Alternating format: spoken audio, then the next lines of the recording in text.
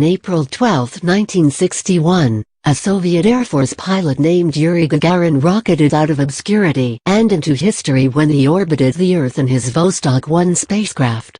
From that point on, he was the face of Soviet success in space.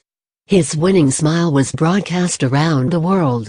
Less than 7 years later, he was killed in a bizarre plane crash, the details of which have never been clear. Until now. Gagarin's fellow cosmonaut Alexei Leonov, the first man to perform a spacewalk, has finally seen the accident report and told Russia Today television network what really happened to the first man in space. On March 27, 1968, Yuri Gagarin was piloting a MiG-15 fighter jet with instructor Vladimir Soroyogin on a routine training flight. It wasn't the only activity in the sky that day. And Su-15 was also flying a test, though it was scheduled to fly well above Gagarin's MiG. And Leonov, meanwhile, was running parachute jump training. For both activities, flying and jumping, the weather was lousy. It was raining, and there were low clouds causing limited visibility. Leonov was waiting for the official word canceling his parachute training when heard two very loud booms.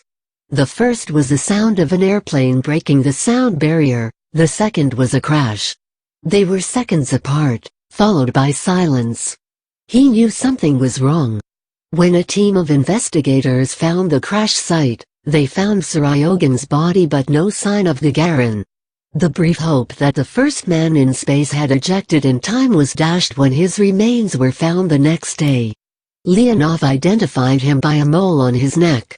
Leonov and German Titov, another colleague of Gagarin's who made history's second spaceflight, both served on the Accident Investigation Board.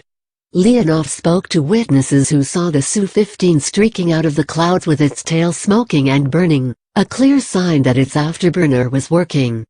But the witness accounts put this plane too low, far lower than its planned flight altitude of nearly 33,000 feet.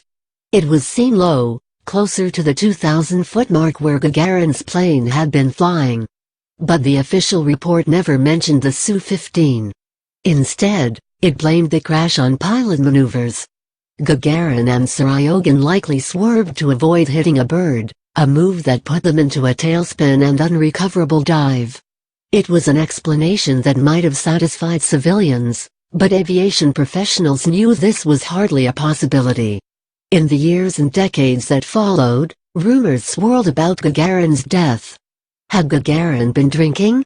Was he distracted, taking pictures of birds from the air when he should have been paying attention to his aircraft? Had the pilot succumbed to hypoxia after a cabin pressurization valve failed? Or had it been sabotage? Gagarin was the poster boy for Soviet success in space under Nikita Khrushchev. But the cosmonaut wasn't the favorite of the new Soviet leader Leonid Brezhnev. Politically driven murder was among the theories. The Soviet government did investigate some of the claims. Theories that Gagarin was intoxicated, that he and Soroyogin had been distracted taking pictures from the cockpit windows, and sabotage were ruled out.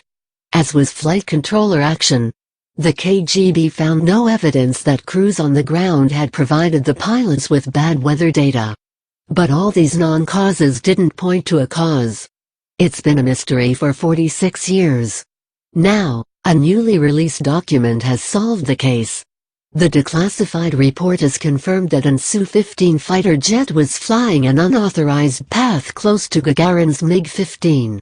And while the report misrecorded Leonov's testimony, he heard booms 2 seconds apart, not 15-20 seconds apart. Confirmation of a second aircraft explains a lot.